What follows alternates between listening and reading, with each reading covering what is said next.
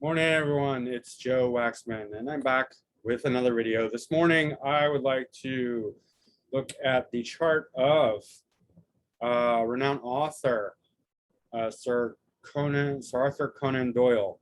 Sorry, I messed up his name. Sherlock Holmes, the author of Sherlock Holmes, and not that many people know the author as much as the character Sherlock Holmes. My son was over last weekend, and he wanted to.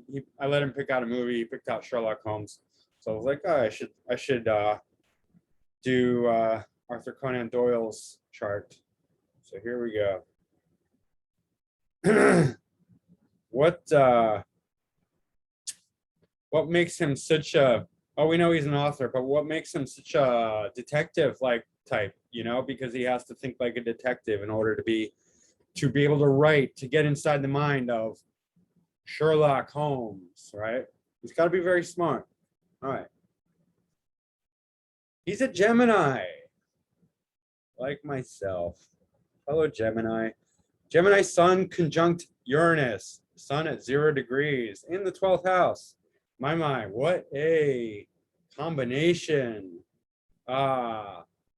Brilliant, inventive, unique, independent, incredibly aware. 12th house is secretive, really understanding secrets and like uncovering secrets, writing, speaking, right? Highly intellectual. Sun conjunct Uranus is like brilliant. And then in Gemini, brilliant, right? Dude's like a genius. At least he's very, very active-minded and in the 12th house, imaginative, He's not a real-life detective, although maybe he could be. I don't know. But he's an author. And he wrote about the famous fictional detective Sherlock Holmes, right? A lot of times people are like, well, Scorpio is the detective. Okay, well, yeah, I mean, that's probably true. But here, Gemini's the detective.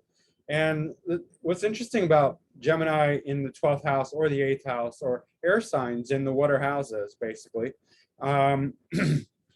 is that air signs have such an easy time bringing things to the surface, whereas water signs have the hardest time bringing things to the surface, but they have the depth, right? And so this combination is like air going into the depths and bringing it to the surface, right? And so now we have Arthur Conan Doyle, who is basically Sherlock Holmes, going into penetrating the secrets of, the detective novel, the hidden things, all the hidden things, and revealing them as Sherlock Holmes. Of course, we're not talking about real life, it's fantasy, but it's still brilliant. It's no less pertinent or meaningful. They're still making movies about Sherlock Holmes, so must have done a pretty good job. Yippers. Sun is ruling the 4th house cusp because he's got such a the MC-IC axis is way off vertical because he's Gemini Ascendant, which is the most northern sign, along with Cancer, rules the northern the summer solstice, the north point, and so it's throwing it off. Plus the time, 4:55 a.m. But anyway, this is the third sign if we're taking into account whole sign houses, which I like to do both. So fourth quadrant house, third sign, it is Leo. And so it's showing a lot of creativity. And third sign would relate to expression, writing, and all that. 4th house still has a lot of creativity in it because it's Cancer's original house, so it's still just naturally, basically creative. And of course, 12th house for the Sun and Uranus is going to be the house of the subconscious. A lot of times writers will have planets in the 12th house. Okay, moon's in Aquarius, perfectly trine to the sun. Look at that, to the exact degree. And 0 degrees. 0 degrees is the the infancy, the baby degree of the sign, where planets there have no experience in that sign, and they can go to extremes. Really, the sky's the limit. They don't know their boundaries or limitations, and they just kind of go crazy. Not crazy. They just go to the extremes, essentially. Um, so planets in the 0 degrees will often just can naturally just go farther, be more extreme than other planets. You know, in later degrees, they'd be more subdued, more balanced, more jaded. um, Moon in Aquarius, again, like Sun in Gemini, is very, very intelligent. Here we're bringing in 2/3 of the air trine, really well trined. And the Uranus is trining the moon here, so it's really brilliant. Uranus is the co-ruler of Aquarius, so this is a really nice combination.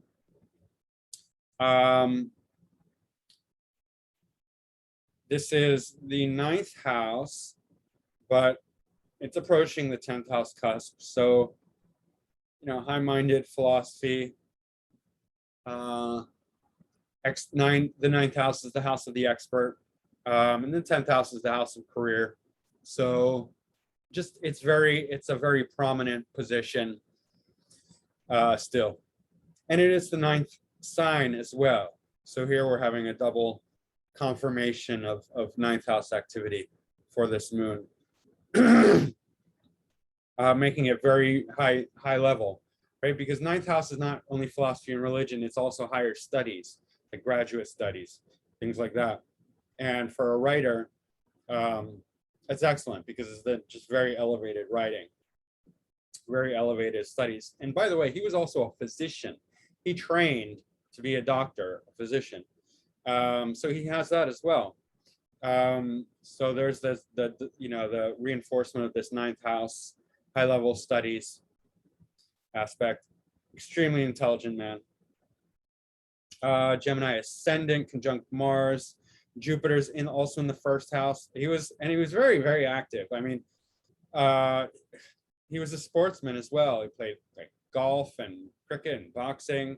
That's Mars and Jupiter as well in Gemini in the 1st house. Just incredibly diverse. And Gemini Ascendant is naturally going to do many different things because it's the multiplicity, you know, symbol of the twins. But really, I mean, Gemini's the 3rd sign, represents the triangle. So it's multiplicity. It's more than just twins. I mean, in a sense, a Taurus could be called the twins because it's 2, but that's another story. Anyway, Gemini represents multiplicity, many, many things. Like, so naturally, because he's got such a Gemini influence, he's going to be into many things. And he was, you know, a physician, an author, a poet, a sportsman. He had a family. He was a spiritualist. You know, that's a lot of this 12th house activity and 9th house. He was very into the occult and spirituality, the secret societies, Freemasonry.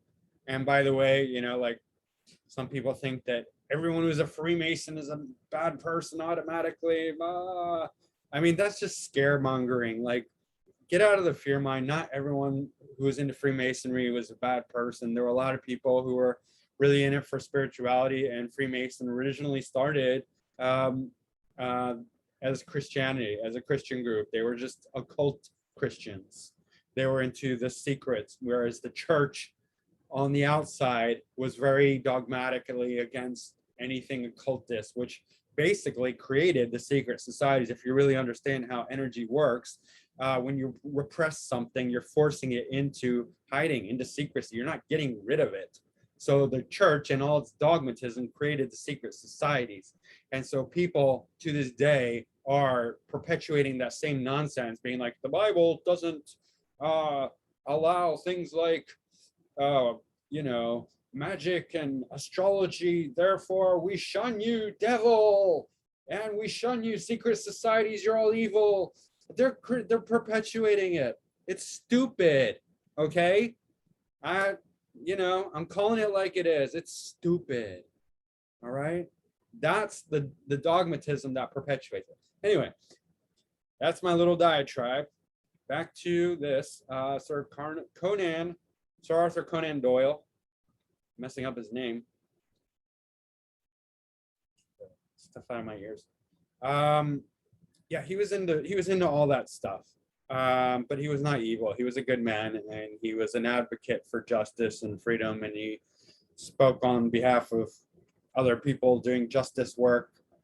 Like he took on like court cases and stuff like that, not because he was a lawyer, but he was just an advocate for freedom, and he was a good man. He was, all right. So he's got his Pluto conjunct Mercury in Taurus. Mercury in Taurus is not bad. Okay, if anyone thinks like, oh, Mercury in Taurus, you're dumb. Not even close. Mercury in Taurus is slow on the upstart. Slow to start because Taurus moves slowly. I have my Mercury in Taurus, by the way. But Taurus, what we must understand when it comes to the intellect is incredibly foundational.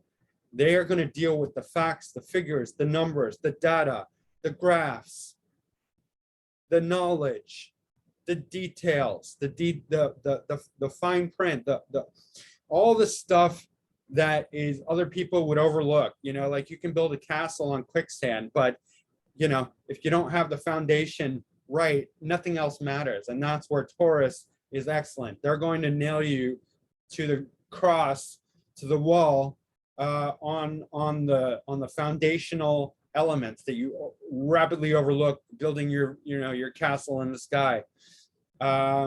Mercury in Taurus is foundational. It's going to get to the bottom of things. It's going to figure out the root of the issue, because that's where it deals with. That's what it deals with. It's going to find the most simple bottom line. Taurus always wants to find the bottom line. What's the bottom line, right? Let's find the bottom line, the issue, the main issue that everything rests upon, the foundation. If you don't have a solid foundation, everything is for naught. That's Mercury in Taurus. They're going to nail you on the fundamentals that you ignored, building your massive castle in the sky. All right, and it's on the 12th house cusp. Conjunct Pluto, obsessive Mercury, obsessively mercurial, paying attention to all the foundational details. Mercury is ruling the 5th house of creativity and the 1st house.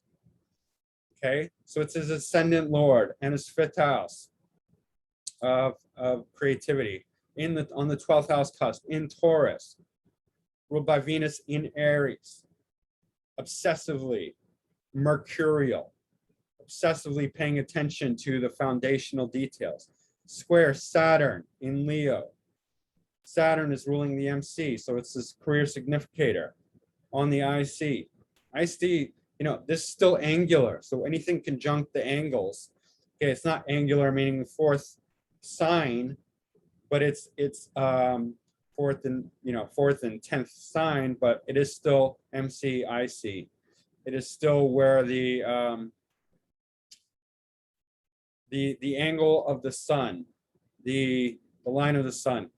I have to brush up on my terminology. I've watched Astrology for Astronomers several times, but I forget the details because Jupiter's too close to my Mercury, so I forget details sometimes. Saturn is square Mercury and Pluto. This is an incredibly tense driving aspect. Saturn is hard work, squares are hard work, Pluto is obsession.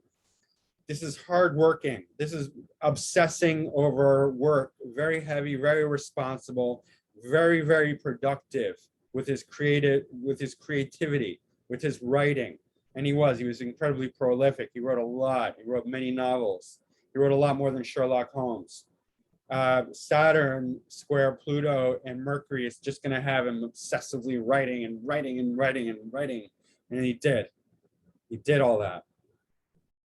And squares to the moon. Um, that's going to be a pain in the butt for him emotionally, mentally, emotionally, but it's probably going to drive him as well. I don't know how this played out in his personal life, because Moon is going to be more of a personal planet.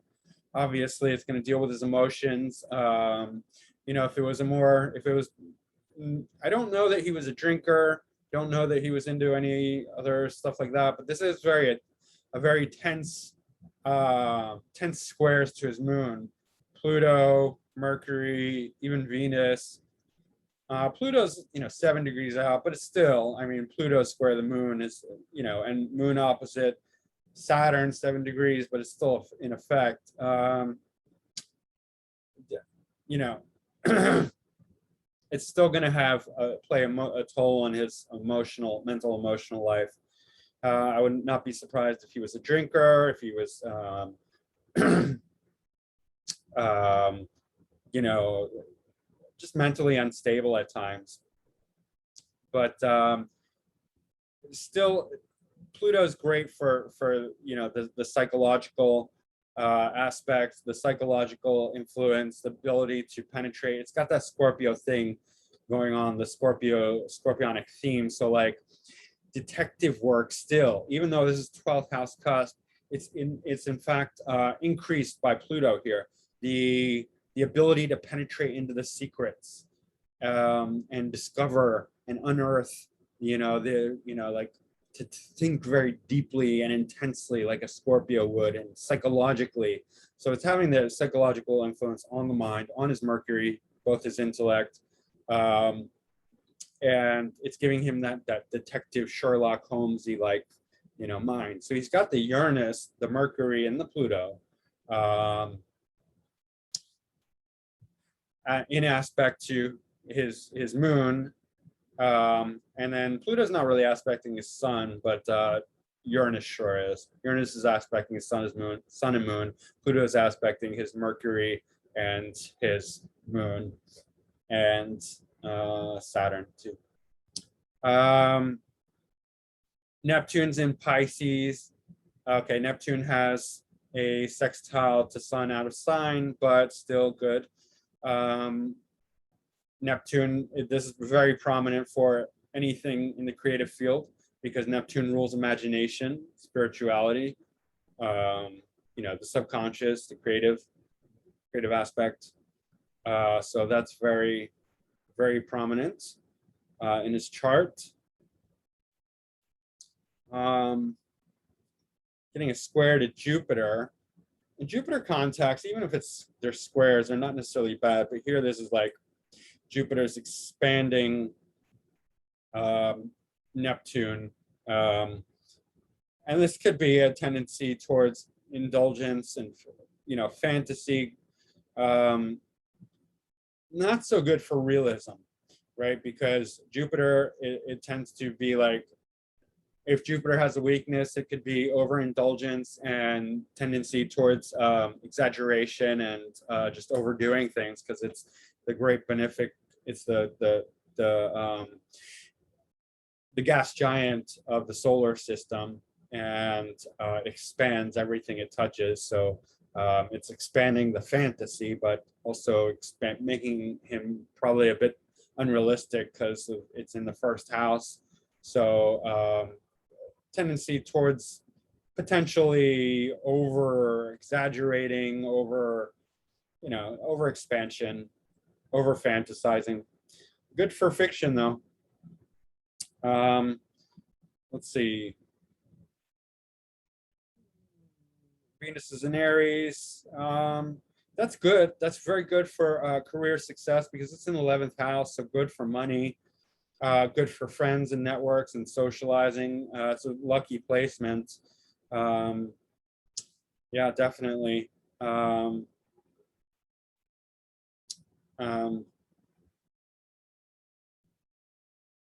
Let's see what else. North Node is conjunct Chiron, and that's fascinating because he was a physician initially, which is, I wouldn't expect that, honestly, because South Node is in Leo in the 4th house, and he became a physician at a young age. And the South Node shows his early life, and that's in the fourth house. That's home. That's Leo. That's creativity. I would expect that to be more of a later life thing, but I guess it's not really due to Chiron. But Chiron gives him a lot of empathy. Chiron would definitely give him a lot of empathy and concern for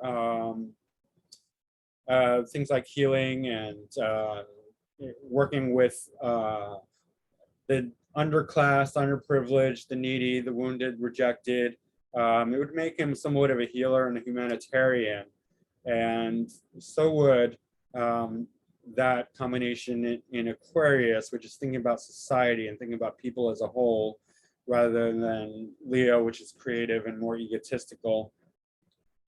But he did have a very prolific career, and this being in the 10th house by quadrant, well past his 40s, he was writing novels and seeking career success and fame and notoriety and all that, and he got it, for sure. He was married twice. Jupiter is ruling his 7th house and his 11th house cusp. So again, that's great for popularity and notoriety and recognition, fame and all that. So yeah, I mean, I think his chart's super interesting because of the Gemini, Uranus, and the 12th house influence, right? And we're not seeing a strong Scorpio influence except for Mars on the ascendant, and Mars does rule Scorpio. And Mars rules the Mars ruling the 6th house, not ruling a cusp house over here for Aries, but 6th house cusp. And he was involved in conflict litigation. He was not a lawyer, but he was involved in like advocating for people in justice. So that's similar to this. That's bringing in the 6th house influence to the 1st house. And sports as well, like I mentioned. So that's basically Sir Arthur Conan Doyle, Sherlock Holmes. Fascinating character, I think. Yeah, Gemini, 12th house Gemini, not a Scorpio. Interesting. Alrighty. That's it for today. If you enjoy this content, don't forget to hit like, subscribe, and share. Go to my website to book a reading. And if you want to suggest somebody for me to do a reading for, mini reading, you know, a celebrity that you think others will enjoy, write it in the comment section. All right, that's it for now. Thanks, guys. Bye.